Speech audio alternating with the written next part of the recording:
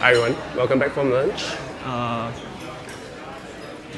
So I'm Bing. I am the current team lead for the Ad Speed team, which does exactly what it says on the tin. And I was former team lead for GPT, the Google Publisher tag. And there's John Burgo. He'll be talking for the next section of the talk. Okay, so if you're more familiar with the reporting APIs and all that, Google Publisher tag is the tag that you put on the site to be able to request and display ads.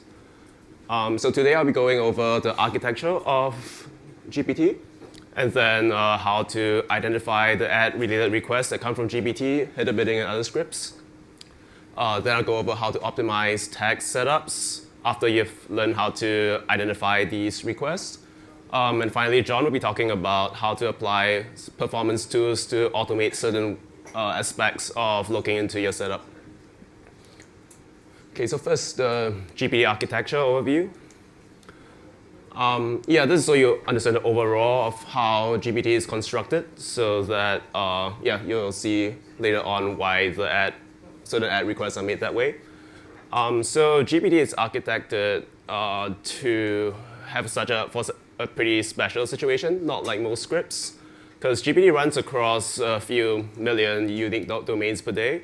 And at any one time, we run about 100 A/B experiments. These are to ensure that nothing breaks across these few million sites.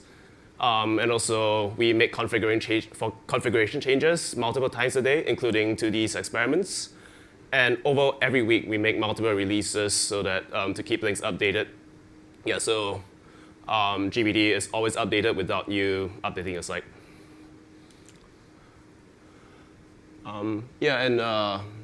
You might be familiar with this or not, but this is the GPT tag, the standard GPT tag to put on your page.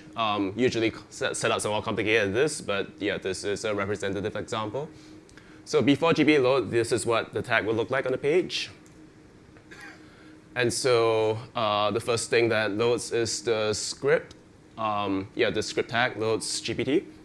The first script is a loader, and this loader is pretty lightweight. It's to load the implementation modules later on. This so that we can deliver it as fast as possible to your page.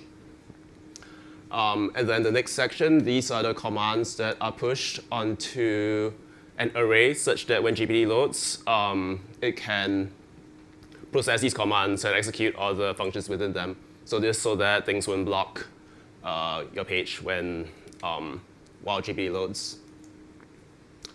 Okay, so after GPT loads, the loader loads, it will start loading this API module, which you see is the puppets inflow.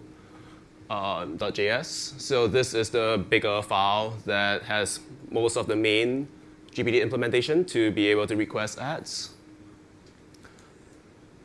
And so once that module finishes loading, GPT can start processing the API calls within the command queue. So these look like Google tag.something, Google tag.something. Finally, GPT would be ready to make the ad request once it knows all the things that you've configured about it. So as it makes the ad request, it also loads this rendering module in parallel. So there's also quite a lot of code to be able to render an ad. So in order for things to load fast, we split out functionality into a rendering module, and there's a few other modules as well. So that we can parallelize the loading with other things. So we don't need a rendering module to be able to request ads, but we need to be able to render ads. So once the ad request comes back, the rendering module should be loaded. And then the rendering module will create iframes on the page to be able to display ads. So that's the basic architecture of GPT. And so that leads to the life cycle of GPT and the ads that it requests and receives. So these are the periods that you would want to optimize in order to get ads faster onto your page. So so first you navigate to your page, and then the GPT starts loading, including implementation modules. So we call it span of time, the GPT load period. So that is the period that you would want to optimize to get GPT loading as fast as possible. And then once GPT loads, there's this span of time until it makes its first ad request. So that's another time to optimize so that your ad request will be made as fast as possible. And then once the ad response is received, until GPT will process it, and then it will create an iframe to load the ads. And that's what we term the render period, the time between when the ad response is received and when the ad is first put into the iframe. So these are the key points to look at to shorten, to optimize the whole ads lifecycle. So I'll be talking later about various things that, various optimizations that you could make to optimize the ad loading. But the GPT team is always working to improve the speed and also the functionality of GPT. So a few things that we've done in the past year or two is to optimize this critical path of the ad request. So these key events that need to be done in order to make the ad request. So what we've done is to defer the creation of the first ad iframe until it actually needs to be created to render the ad. And I talked about various modules before, and those are we started splitting things into functionality into separate modules. And we've started using XHR to send ad requests. This allows the page load event to be unblocked so that certain things can load faster if you're waiting on the page load event. We've also started using sandboxing on the iframes so that this prevents malvertising if it's activated. And also the API, it has collected a few watts over time, and we've been working to make API behavior more consistent. Okay, so now you've seen how GPT is architected in general, and as GPT is so as GPT loads and various ad requests are made, you want to start identifying the ad-related requests so you can bring them forward and make these requests earlier. So this would be an interactive section. Could someone switch to the laptop, please? Okay, to be able to see the requests that GPT and other header bidding scripts or what make, so you could go to one of your sites. If there's GPT and header bidding, or any news site probably has that kind of setup. But for simplicity, you probably should go to that bit.ly link so that it has a more minimal setup so that you can home in on the just these ad-related requests. So I'll just give like half a minute if you want to go to that link.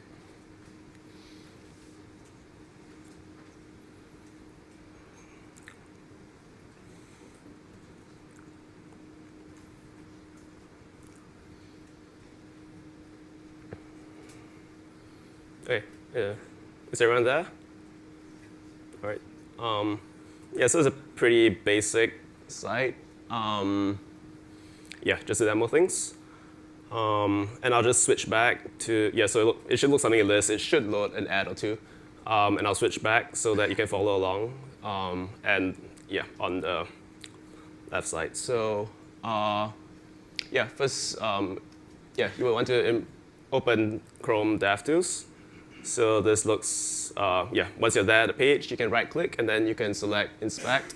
And that will open up DevTools, and then this will put you on the initial tab that it puts you on, but to the right that's the network tab, and that's where you want to see the requests. And also, once the page is loaded, when you open the DevTools, it only logs requests that are coming from then on, so you want to refresh the page also, so command refresh or whatever the command is on your machine. So that will load so you'll see all the requests that are loaded on the page from the start. So if you have that up,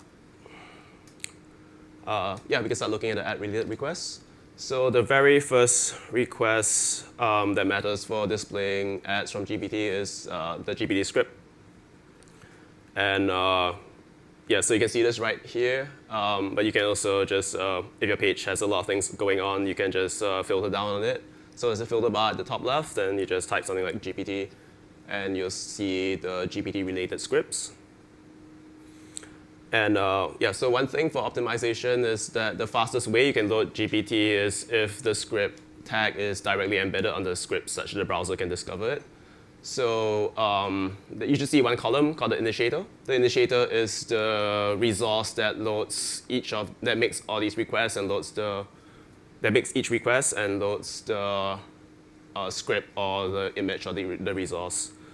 So if GPT is loading directly on your page, you should see that the initiator is just index, which is your initial HTML page.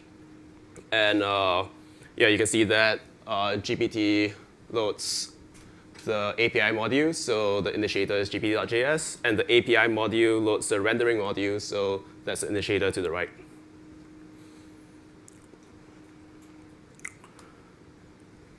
So next up, yeah, what the kind of requests you want to make in parallel to when GPT loads as early as possible are usually your header bidding requests and the associated cookie and user sync requests. So yeah, most setups don't just have GPT, but usually have header bidding as well. So there are a lot more requests for header bidding.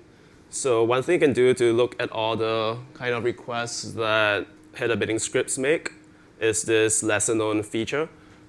So if you hold Shift and you hover over scripts, they will show you the initiator and the requests that each of the scripts makes. So here we have prebid.js, which is a header bidding script. And when you hover over that and press Shift, you see that prebid is loaded by the initial HTML page, which is so the initiator is in green. And prebid loads makes these other header bidding requests, and gets these cookie sync pages. So the resources that script loads will also be highlighted in red.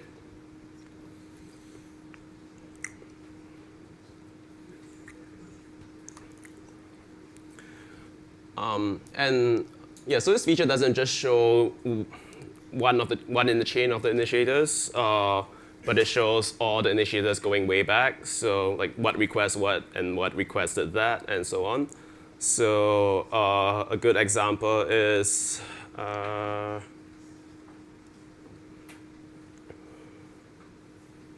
oops, I need to make it small. Okay, yeah.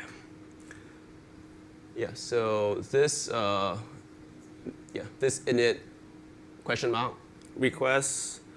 Yeah, this is a request that's made by the script on top of UBot, and UBot is loaded by prebid, which was loaded by the initial document. So here you can see the entire chain of requests that's needed to make a particular request. And those are the ones that you want to kind of move as early as possible.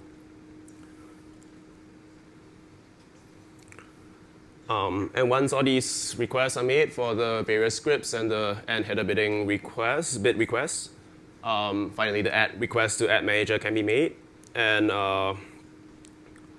this looks something like this looks like ads. This looks like ads question mark and the whole chain of request parameters. And if you want to filter down on that, you can just type ads question mark, and you should see the one or possibly multiple ad requests that are being made from your page. This is also quite useful for debugging if you want to see the parameters that are being made on the request easily. And the other requests that are made that are kind of key to monetization are the impression requests and the viewability requests. So these are because the impression is your monetizable event that will count when the ad is loaded and gives you money. And the viewability, when the viewability pingback is sent, that is when it counts that the ad is viewable, and that increases your viewability rate. So if you filter by view question mark, you should see some of these pings. Yeah, so view question mark are the impression pings, and active view question mark are the viewability pings that are sent for Ad Manager. Yeah, so after you've identified the key ad-related requests, yeah, optimizing them is most of the things I'll be talking about are just to kind of bring these events to be requested earlier. So this is an example of a pretty unoptimized timeline of these requests. So here you see that so this is a kind of waterfall request where each request kind of waits on the previous ones to be made. So in this example, there's the consent manager that gets cookie consent from the user, and only once you get cookie consent, then the coordinating script that coordinates all your ads, which most publishers have, is loaded. And only once that is loaded, then it starts making requests to your data management platform, like DMP, and your various header bidding scripts. And those have to load before the DMP requests and the bid requests are made. And sometimes the bid requests are not made in parallel, so yeah, it kind of chains such that the third bid request is waiting on the first two to finish. And yeah, sometimes we also see that GPT is only loaded once the bid requests are coming back. And as you've seen before in the architecture overview, GPT still needs to load a few modules in order to be fully functional and make the ad manager ad requests. So this is what we can term the darkest timeline, one of the worst possible chains of requests that we've seen. So what you want to do is probably try to shift everything as early as possible and as parallelized as possible. So I'll be talking about a few things that and examples that we see in publishers that with advice on how to optimize to get to something like this.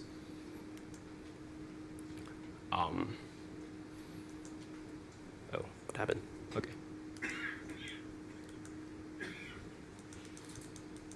Oh, sorry, I skipped past that one because, yeah.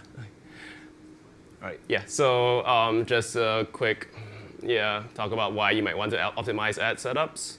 By making ad impression requests and the viewable impression pings as early as possible, this usually leads to more money because your impressions get your revenue, and higher viewability rate usually translates to more revenue downstream. And also for the user experience, by loading ads faster, the pages will be visually complete sooner if you have ads above the fold. And so sometimes when ads load, you might have it set up to load different sizes of ads. So that's a feature multi-size, or you might have it set up to collapse until the ad loads. So when the ad loads, that causes various shifts around the page, which is kind of annoying to users. So the faster you can do that, the layout shifts tend to consolidate and be less noticeable, even though they're still there. And with just a small developer investment to tackle some of the low-hanging fruit, you can see a permanent percentage improvement on revenue and, I guess, user experience. So we have seen this with partners we've worked with. In one case, like just one tweak made up to 5% increase in viewability rate percentage points. So for some of the optimization techniques, one thing I've done recently is to put gpt.js on a new domain. So securepubads.g.doubleclick.net is the same domain that the API module, the rendering module, and the ad requests are made. And previously, gpt.js was on its own domain, googletechservices.com. This kind of for historical reasons, and slowly we've moved things. Actually, there were 3 domains before. Pub.ads Implo was on its own separate domain, and we started shifting everything to consolidate into a single domain. So by consolidating to a single domain, this means that once GPT.js loads, you're already having a TCP connection open to the add request domain. So it's a lot faster to make the request for the later modules and to make the add requests. So we deployed this recommendation in June, and quite a number of sites have already switched over. And what we've seen from real-world data is that when GPT.js is uncached, the time from page navigation to when at start rendering improves by 300 milliseconds at the median and 1.1 seconds at the 90th percentile. Yeah, because some devices do take quite a long time, especially on mobile, to make the TCP connection, especially if it's over SSL and you need to make the DNS lookup. So this is not really all that much, but each little bit counts. And this is a really trivial change to make. So the phase that this improves is the GPT load phase. So at the bottom of each of these slides, I will just highlight which of the phases each optimization is intended to improve. The other thing that I made a brief mention of previously is that so previously the recommendation for the default GPT snippet looked something like this. And this is also similar to how GPT might be loaded in your scripts. So you have your script that coordinates ads loading first, and then that just creates the elements required to load GPT. So, and this applies to not just to GPT.js, but other scripts that you might have as well, like your data management platform scripts and your header bidding scripts. We tend to see that on certain setups that these requests for these scripts are also made from the add coordinating script. So this means that those scripts can't be requested until either this inline script tag is executed or the add coordinating scripts executes, because the browser can't discover that you need to load these scripts until those pieces of JavaScript execute. And browsers have this thing called the preload scanner, which scans over the initial HTML of a page and discovers resources to be loaded early. So it can't peek ahead and find these scripts if the loading is kind of hidden in the inline script tag or your other scripts. So instead, what we recommend and what is the default GPT snippet now is, for the last year or so, is to use just a very simple script async tag. So this just looks like what's at the very bottom. You just put that directly on your initial HTML page, and because GPT is loaded in a non-blocking fashion, this shouldn't do much to delay anything else that's loading on your page. It should just load in parallel. So this means that a load of GPT.js or your other scripts, which are using script async, wouldn't be blocked on the execution of other scripts that load them. And the browser preload scanner can also start loading them.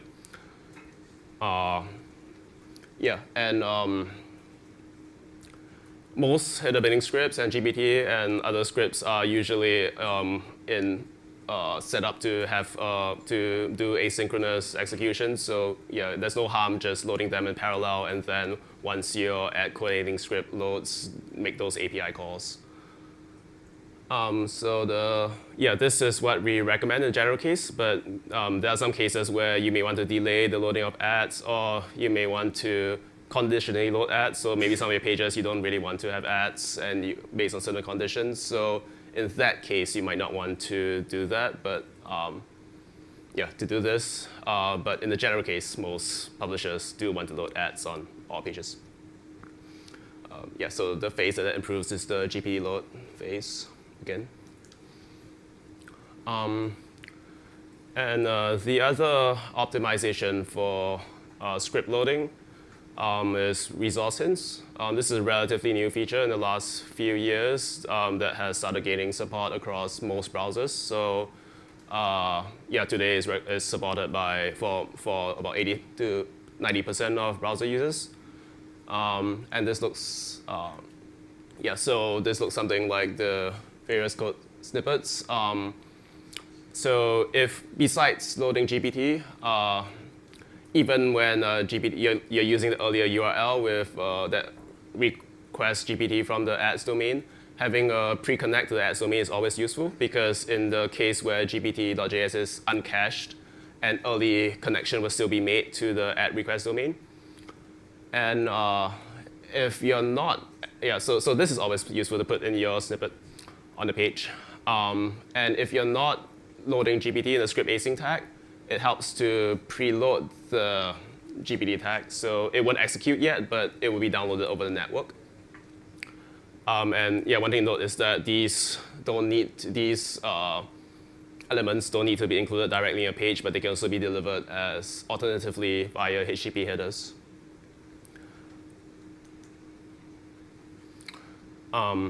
And one thing that we've done also earlier this year is one of those API WATs that we've addressed to make things more consistent is that previously the pub/ads service, which is essential for loading ads, it was initialized asynchronously after this enable services call was made. So that is the key call needed to initialize the GPT's API. And so since that was initialized asynchronously, you wouldn't know when exactly the GPT API was ready. So what we saw is that many in a lot of setups, you need to keep polling and check every 50, 100 milliseconds whether the GPT API was actually ready via the pub/ads ready variable. So we kind of we kind of fix things such that you no longer need to poll. So the API is now fully operational right when you call enable services. So this is an issue that a publisher during one of the previous workshops actually demoed right in front of us. And showed us that you had that non-optimal polling behavior because of this. We're really eager to hear from you if you have any kind of other pet peeves or issues like this with GPT. And so now, you don't even need to check on pub/ads ready. You don't need poll pub/ads ready. You can just, as long as you just call enable services as in the command queue, you can use GPT right away. One slightly rarer thing that we've seen, but is present on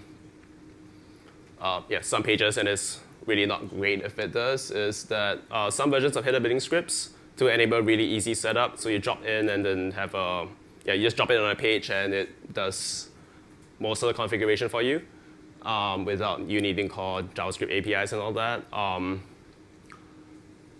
These work by overriding GPT's API. So this is very convenient. It works well if there's only one of these REPL scripts on page. Examples are the prebid, the GAM Express module for prebid, or the index exchange REPL library. So if you have only one of these pages, that's very convenient. But if you have multiple ones on these page, they don't know of each other's existence. So each of these overrides GPT's API, and so what happens is that when you call display, the first one's the bid request for the first one is made, and only after those are finished, then the bid request from the second script is made. So all these libraries usually have a more advanced alternative that requires a bit more setup, but they don't intercept GPT API calls, and you can just set them up to do all the bid requests in parallel.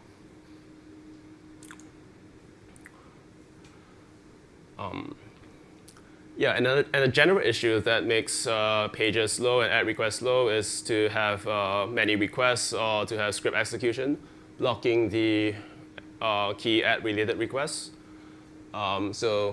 This can be viewed as a kind of logjam where you have a bunch of things blocking the ad-related requests downstream. So ways you can start addressing that are to defer non-essential scripts, and the scripts, especially those that are only needed for below-the-fold content. So yeah, you can just defer them until the above-the-fold ads and content have loaded. And lazy loading also usually helps a lot. Yeah, lazy loading is when you only load resources when they are close to when the user will see them. So there are convenient libraries to make that to help do that, and native in Chrome 75, which was just a few versions ago. There's this lazy loading API where you can just put this loading equals lazy attribute on iframes or images, and Chrome or other browsers that start supporting this will automatically lazy load the images for you. And we've seen this pattern on many publisher sites, so we added an API to do this as well.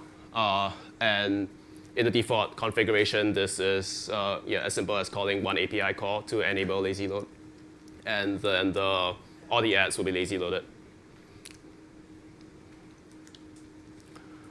And finally, yeah, so yeah, I mentioned earlier that you might want to default certain script loading until above-the-fold ads have loaded or some other key events have happened. So how you might want to do that is to chain your script requests or other API calls to certain events, such as GPT slot requested event. So in this code sample, yeah, there's something waiting on the slot requested event. So once the ads start getting requested, then certain deprioritized scripts can be requested so that they don't block the initial ad requests. And this also as a fallback to, yeah, if this event doesn't happen somehow, it will start requesting the scripts after 10 seconds. Yeah, so yeah, if you had something like the darkest timeline before, doing a combination of all these optimizations should reduce it to something that looks more like the optimal parallel loading timeline. Okay, so yeah, so that's how you kind of look at things manually and figure things out. But John will talk now about how you can look at these with various tools also.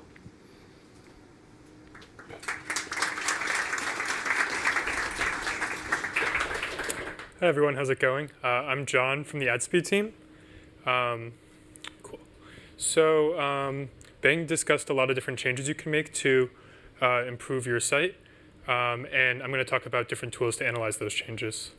So when you make a change, you'd be curious to see how it works, test it on your own computer. And the reality is that even if it works well on your computer, you probably have a faster computer and network speed than your average user. So a site like WebPageTest.org, this is not a Google site, but actually originally developed by AOL. This site allows you to remotely fetch your page by using a device, network speed, and location of your choice. And this will allow you to actually see the impact of your changes on those different devices and see what your page will look like on your users with the lowest connection speeds. And another interesting feature that you can use on this is the ability to actually block requests. And this is useful because you're able to look at the impact of third-party scripts. By doing this, you can run a control and one with a third-party script and actually look at the difference to understand the impact that that script has. We've actually begun looking into a tool that would automate this, look at different categories of scripts, and sort of point out the scripts that have a highest latency impact.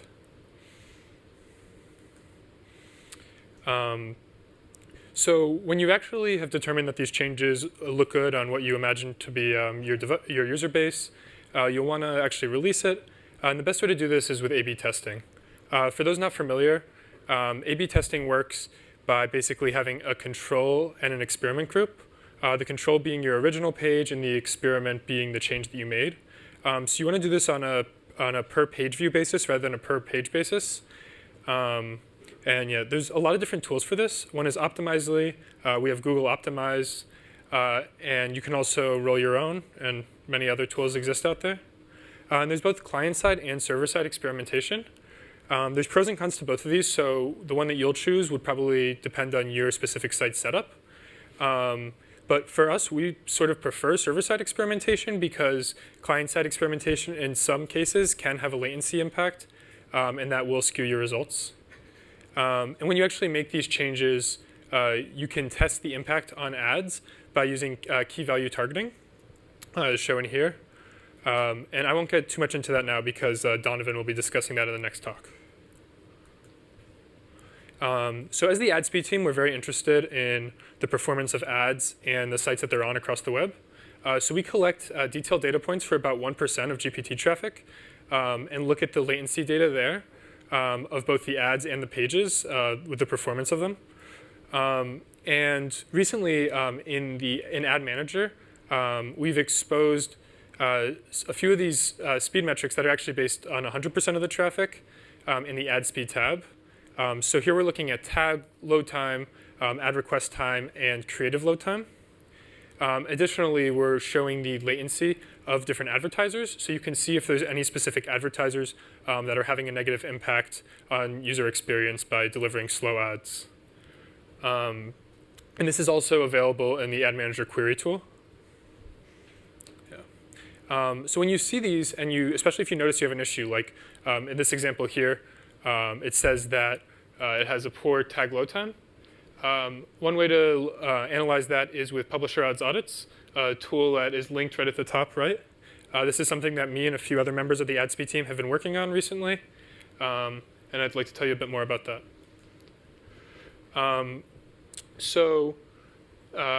This is a tool that's built on top of Lighthouse. For those not familiar with Lighthouse, it's a tool that scans your site, collects the DevTools log and the trace of the site, along with some metrics captured by some arbitrary JavaScript. And then it will produce a report for you, giving certain metrics and recommendations on how to improve. So here we see the performance tab, or the performance category rather. And we show they show a few metrics here, with the red ones being ones that should really be looked at, and the yellow ones being ones that are not great but are okay right now. And best practices are things that are not necessarily speed related, but are also just things that you should be doing that may impact your speed in the future and may just lead to negative user experience, poor security, etc. So we actually built a plugin for Lighthouse. It's on developers.google.com and also on GitHub. So it can be run as a web tool, and it can also be run in the CLI. And this is basically doing what Lighthouse does, but specifically for ads. So it's looking at different ad-related metrics, ad speed, and some tagging best practices. Basically, what I did was I created this site, and this is a site that you should not follow its example of. If you were paying attention during Bang's talk, you'll see that there's a lot of issues in this. To start, we're dynamically loading GPT with the load GPT script. And we're actually blocking we're deferring the loading of it for after GDPR consent. So it won't actually even begin anything until that happens. You'll see there that we're defining about 10 slots and putting the divs in for the slots in our GDP consent dialog. We're going to need to switch to the laptop now, but Bang is first going to need to come up here and unlock his computer.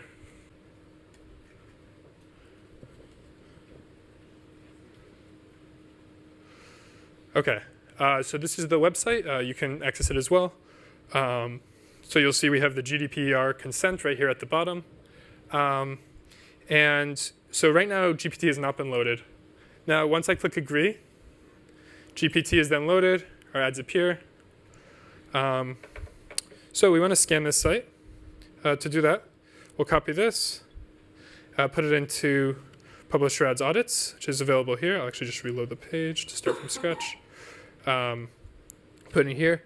And then under Advanced Settings, I'll do GDPR equals true, which is the cookie that I have set on my site to load GPT once that cookie is present.